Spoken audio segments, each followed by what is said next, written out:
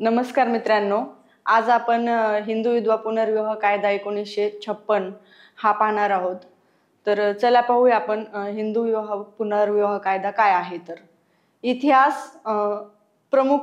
इतिहासामध्ये जे काही प्रमुख बदल झालेले आहेत त्यातील हिंदू विधवा पुनर्विवाह कायदा 1856, हिंदू विधवा पुनर्विवाह कायदा 1856 बद्दल येथे मी तुम्हाला तपशीलवार सांगणार आहे।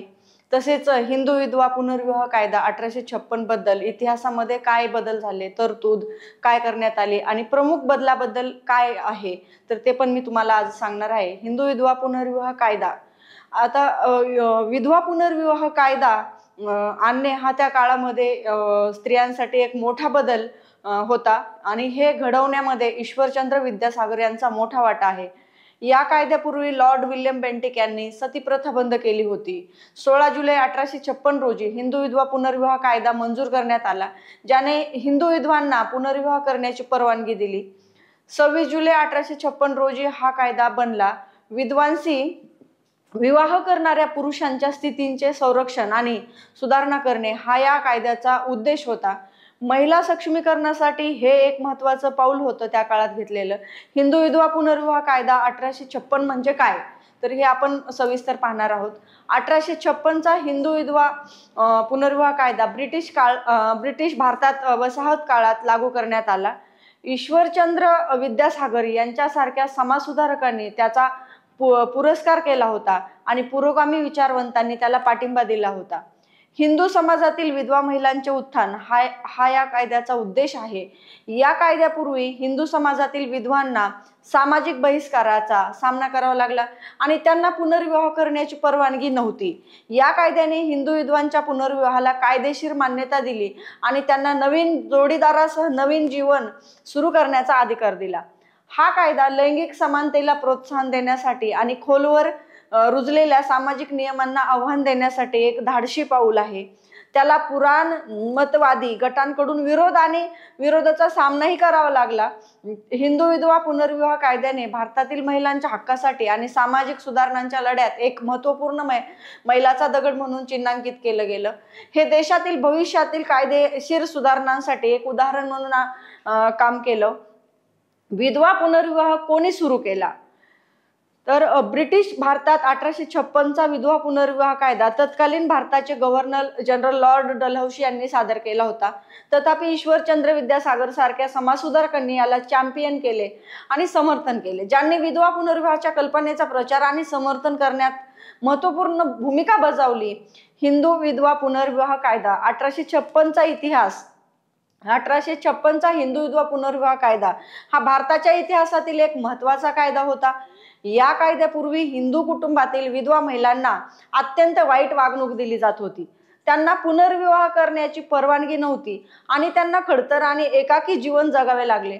विधवेने दुसरं लग्न केलं तर ते चुकीचं आणि त्यांच्या धर्माविरुद्ध आहे असं काही लोकांना वाटत होतं, परंतु ईश्वरचंद्र विद्यासागर आणि राजा राममोहन राय यांच्यासारख्या काही चांगल्या लोकांना हे अन्यायकारक असल्याचं समजलं आणि ते बदलू इच्छित होते। विधवा स्त्रियांना हवे असल्यास त्यांना पुन्हा लग्न करण्याचा अधिकार असावा असे त्यांना वाटत होते। म्हणून त्यावेळी भारतावर राज्य करणाऱ्या ब्रिटिश सरकारने 1856 मध्ये हिंदू विधवा पुनर्विवाह कायदा नावाचा कायदा केला। या कायद्यात विधवा हिंदू महिला पुनर्विवाह करू शकतात असे म्हटले आहे। अनेकांना हा कायदा आवडला नाही, विशेषतः जुन्या चालीरीतीवर विश्वास ठेवणाऱ्यांना ते त्यांच्या धर्माच्या विरोधात असल्याचे ते म्हणाले। पण हा कायदा महिलांच्या न्याय आणि समानतेच्या दिशेने एक मोठं पाऊल होतं। यामुळे विधवा स्त्रियांना चांगले जीवन मिळू शकले, पुन्हा प्रेम मिळू शकले आणि समाजाने स्वीकारले। भारतातील महिलांचे जीवन अधिक चांगले करण्यासाठी भविष्यात आणखी बदल घडवून आणण्याचा मार्गही यामुळे मोकळा झाला। म्हणून 1856 चा हिंदू विधवा पुनर्विवाह कायदा हा भारताच्या इतिहासाचा एक महत्त्वाचा भाग होता आणि स्त्रियांसाठी चांगली गोष्ट पण होती। कायदा लागू होण्यापूर्वी विधवांची स्थिती भारताच्या काही भागांमध्ये, विशेषतः उच्चवर्णीय हिंदू विधवांमध्ये कठोर रीतिरिवाजामुळे कठीण आणि तपस्यांचे जीवन होते। विधवेचे वय कितीही असो किंवा तिचा पूर्वीचा विवाह पार पडला होता की नाही याची पर्वा न करता विधवेचा पुनर्विवाह करण्यास मनाई होती।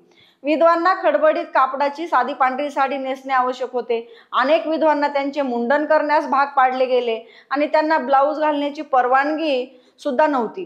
त्यांना सामाजिक बहिष्काराचा सामना करावा लागला. सणांपासून वगळण्यात आले आणि अनेकदा कुटुंब आणि समाज दोघांनी त्यांना सोडून दिले.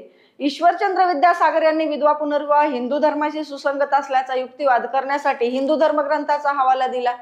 त्यांच्या प्रयत्नामुळे लॉर्ड कॅनिंगने हिंदू विधवा पुनर्विवाह कायदा लागू केला, जो संपूर्ण ब्रिटिश भारतावर लागू झाला आणि विधवांना पुनर्विवाह करण्याचा अधिकार दिला.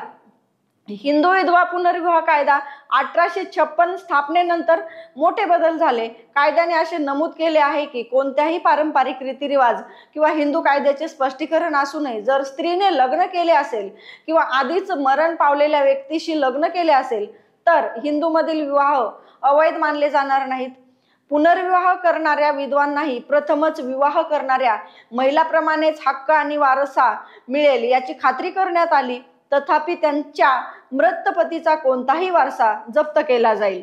कायद्याने विधवांशी विवाह करणाऱ्या पुरुषांच्या हक्काचेही संरक्षण केले. खालच्या जातीच्या समुदायामध्ये विधवा पुनर्विवाह पूर्वीपासूनच सामान्य होते. हा कायदा 19व्या शतकात भारतीय समाज सुधारणेसाठी एक महत्त्वपूर्ण पाऊल होता. या कायद्यानुसार पहिला विधवा पुनर्विवाह 7 डिसेंबर 1856 रोजी उत्तर कलकत्ता येथे झाला आणि वर हा ईश्वरचंद्र विद्यासागर यांच्या जवळच्या मित्राचाच मुलगा होता. तर चला, आज आपण हिंदू विधवा पुनर्विवाहाच्या बाबतीत पाहिलं आहे. आज आपण एवढेच या व्हिडिओमध्ये पाहणार होतो. तर नक्कीच तुम्हाला हा कायदा कसा वाटला आणि हा व्हिडिओ कसा वाटला हे कमेंट करून आम्हाला सांगा. नमस्कार.